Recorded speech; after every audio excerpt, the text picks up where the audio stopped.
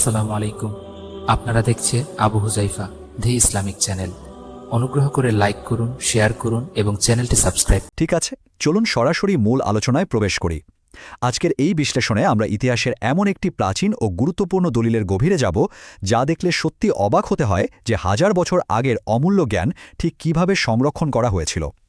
মানব সভ্যতার শুরু থেকেই জ্ঞান সংরক্ষণের নানা বিবর্তন হয়েছে। মানুষ কি শুধু স্মৃতির ওপর নির্ভর করবে, নাকি তা কাগজে কলমে লিখে রাখবে? এই ঐতিহাসিক প্রশ্নটির একটি দারুণ বাস্তব উদাহরণ আজ আমরা ধাপে ধাপে বিশ্লেষণ করব। আমাদের আজকের আলোচনার কেন্দ্রবিন্দু হল বিখ্যাত গ্রন্থ সহিহ আল বুখারীর ১১৩ নম্বর হাদিস। চলুন দেখি প্রাচীনকালের জ্ঞান সংরক্ষণের এই পদ্ধতিগুলো আজকের যুগেও কতটা প্রাসঙ্গিক। এখানে থাকা এই মূল দলিলটির দিকে একবার চোখ বুলানো যাক। মূলত এই পাতাটি হচ্ছে আমাদের আজকের সম্পূর্ণ বিশ্লেষণের ভিত্তি। লক্ষ্য করলে দেখবেন এখানে চমৎকার একটি ত্রিভাষিক বিন্যাস রয়েছে। একেবারে ওপরে রয়েছে মূল আরবি পাঠ, আর ঠিক তার নিচেই রয়েছে এর বাংলা ও ইংরেজি অনুবাদ। একটি ঐতিহাসিক পাঠ্যকে আধুনিক যুগে এসে বিভিন্ন ভাষার মানুষের কাছে কিভাবে বোধগম্য করে তোলা হয়, এটা তারই একটা নিখুঁত উদাহরণ। আমাদের পুরো আলোচনাটি পরিচালিত হবে ঠিক এখানে থাকা সুনির্দিষ্ট শব্দগুলোর উপর ভিত্তি করেই। প্রজন্মের পর প্রজন্ম ধরে প্রাচীন এই বাণীগুলো কিভাবে অবিকৃত রয়েছে তার প্রমাণ কিন্তু এই টেক্সটগুলোর ভেতরেই লুকিয়ে আছে। এবার একটু এই পাঠ্যের মূল কাঠামোর দিকে নজর দেওয়া যাক। এই গ্রন্থের ৩ নম্বর অধ্যায়টির শিরোনাম হল আল ইলম বা ধর্মীয় জ্ঞান। এখানে এলম শব্দটি আসলে ভীষণ তাৎপর্যপূর্ণ। এই পুরো অধ্যায়টির মূল ফোকাসটাই হল জ্ঞান কিভাবে অর্জন করতে হয়, কিভাবে তা শ্রেণীবদ্ধ করতে হয় এবং সবচেয়ে বড় কথা, কিভাবে তা ভবিষ্যৎ প্রজন্মের জন্য সংরক্ষণ করতে হয়। যে কোনো তথ্যকে তো আর এমনি এমনি জ্ঞানে রূপান্তর করা যায় না, তাই না? এর জন্য একটি সুনির্দিষ্ট পদ্ধতির প্রয়োজন হয়। আর প্রাচীন আরবের পণ্ডিতেরা এই এলম বা জ্ঞানকে ঠিক কতটা পদ্ধতিগতভাবে পরিচালনা করতেন, অধ্যায়ের এই শিরোনামটি আমাদের সেই ধারণাই দেয়।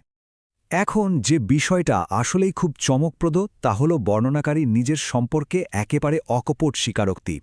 এখানকার উদ্ধৃতিটি খেয়াল করলেই বিষয়টা পরিষ্কার হয়ে যায়। এটি বর্ণনা করেছেন ইতিহাসের অন্যতম বিখ্যাত ব্যক্তিত্ব আবু হুরায়রা। তিনি খুব খোলামেলাভাবেই স্বীকার করছেন যে তার সমসাময়িক একজন, যার নাম আবদুল্লাহ ইবনু আমর, তার চেয়েও বেশি হাদিস বা জ্ঞান সংরক্ষণ করেছেন। কিন্তু কেন? কারণটা খুব সাধারণ হলেও ভীষণ শক্তিশালী। তিনি লিখতেন আর আমি লিখতাম না। ইতিহাস সংরক্ষণের ক্ষেত্রে একজন প্রখ্যাত বর্ণনাকারীর এই বিনয় এবং নিজের সীমাবদ্ধতা সম্পর্কে সততা সত্যিই বিরল। তিনি কিন্তু পরোক্ষভাবে নিজের প্রখর স্মৃতির চেয়েও লিখে রাখার পদ্ধতিকেই বেশি কার্যকর হিসেবে স্বীকৃতি দিচ্ছেন। চলুন এই মূল পার্থক্যের জায়গাটা আরেকটু ভেঙে বিশ্লেষণ করি। এখানে জ্ঞান সংরক্ষণের দুটি ভিন্ন পদ্ধতির মধ্যে একদম সরাসরি একটা তুলনা দেখা যাচ্ছে। একদিকে আছেন আবু হুরায়রা, যিনি সম্পূর্ণভাবে মৌখিক মুখস্থ বিদ্যার উপর নির্ভরশীল ছিলেন। তিনি শুনেছেন এবং স্মৃতিতে ধারণ করেছেন। অন্যদিকে আছেন আবদুল্লাহ ইবনু আমর, যিনি সক্রিয়ভাবে লেখার পদ্ধতি ব্যবহার করে জ্ঞান লিপিবদ্ধ করতেন। আর এই দুটি ভিন্ন পদ্ধতির কারণেই কিন্তু সংরক্ষিত তথ্যের পরিমাণে একটা বড়সড় পার্থক্য তৈরি হয়েছিল। মুখস্থবিদ্যা নিঃসন্দেহে শক্তিশালী, কিন্তু লেখার চর্চা যে দেশি পরিমাণ তথ্যকে দীর্ঘস্থায়ীভাবে সংরক্ষণে সহায়তা করে, এই ঐতিহাসিক পার্থক্যটি আসলে সেটাই প্রমাণ করে। আর এই পুরো বিষয়টি চমৎকারভাবে তুলে ধরেছে এখানকার বাংলা এবং ইংরেজি অনুবাদের অংশটি। ইংরেজি অনুবাদে বলা হয়েছে, who use to write them and I never did the same. আর বাংলায় বলা হয়েছে, কারণ তিনি লিখতেন আর আমি লিখতাম না। অনুবাদগুলোর এই সুনির্দিষ্ট বাক্য গঠন পদ্ধতিগত পার্থক্যটিকে একদম দিনের আলোর মতো পরিষ্কার করে দেয়। আমি লিখতাম না বা I never did the same, এই চূড়ান্ত স্বীকারোক্তিটি থেকে বোঝা যায় যে সেই যুগেও জ্ঞান সংরক্ষণের মাধ্যম হিসেবে স্মৃতি এবং লিপিবদ্ধকরণের মধ্যে রীতিমতো একটি নীরব প্রতিযোগিতা ছিল। আর ফলাফল? যিনি লিখে রাখতেন তার কাছেই তুলনামূলকভাবে বেশি জ্ঞান সংরক্ষিত ছিল। যে কোনো ঐতিহাসিক দলিল বিশ্লেষণের ক্ষেত্রে এর মেটাডেটা বা আনুষঙ্গিক তথ্য যাচাই করাটা কিন্তু অত্যন্ত জরুরি। এখানে দলিলটির কিছু গুরুত্বপূর্ণ পরিচয়লিপি তুলে ধরা হয়েছে।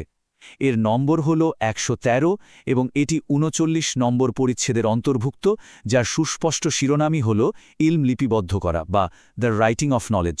সবচেয়ে গুরুত্বপূর্ণ বিষয় হল এর মান, যা সহি বা সম্পূর্ণ প্রামাণ্য হিসেবে শ্রেণীবদ্ধ।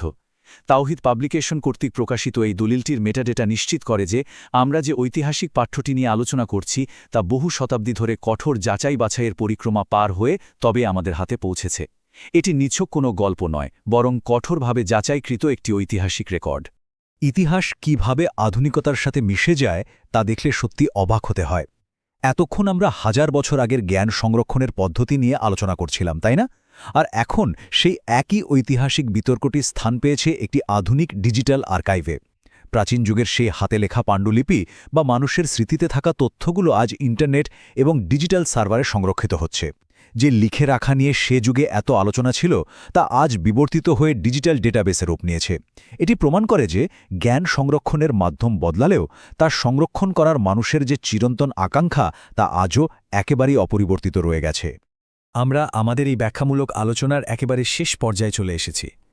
আজকের এই সম্পূর্ণ বিশ্লেষণ থেকে একটি বিষয় একদম স্পষ্ট যে জ্ঞান কেবল অর্জন করলেই হয় না, তা ভবিষ্যতের জন্য কিভাবে রেখে যাওয়া হচ্ছে সেটিই সবচেয়ে বেশি গুরুত্বপূর্ণ। আবু হুরায়রা এবং আবদুল্লাহ ইবনু আমরের এই ঐতিহাসিক তুলনাটি আমাদের সামনে একটি গভীর চিন্তার খোরাক রেখে যায়। শেষবারের মতো এই মূল প্রশ্নটি নিয়ে একটু ভাবা যাক, কোনো কিছু লিখে রাখার এই সহজ কাজটি কিভাবে ভবিষ্যৎ প্রজন্মের জন্য জ্ঞান সংরক্ষণের পদ্ধতিকে মৌলিকভাবে পরিবর্তন করে দেয়। 1000 বছর আগে একটি কলম আর কালির আছড় যে পার্থক্য তৈরি করেছিল, আজ আমাদের আধুনিক জীবনের তথ্য সংরক্ষণের ক্ষেত্রে সেই একই নীতির কতটা প্রভাব রয়েছে। বিষয়টি নিয়ে গভীরভাবে ভেবে দেখার আহ্বান জানিয়ে আজকের এই বিশ্লেষণটি এখানেই শেষ করছি।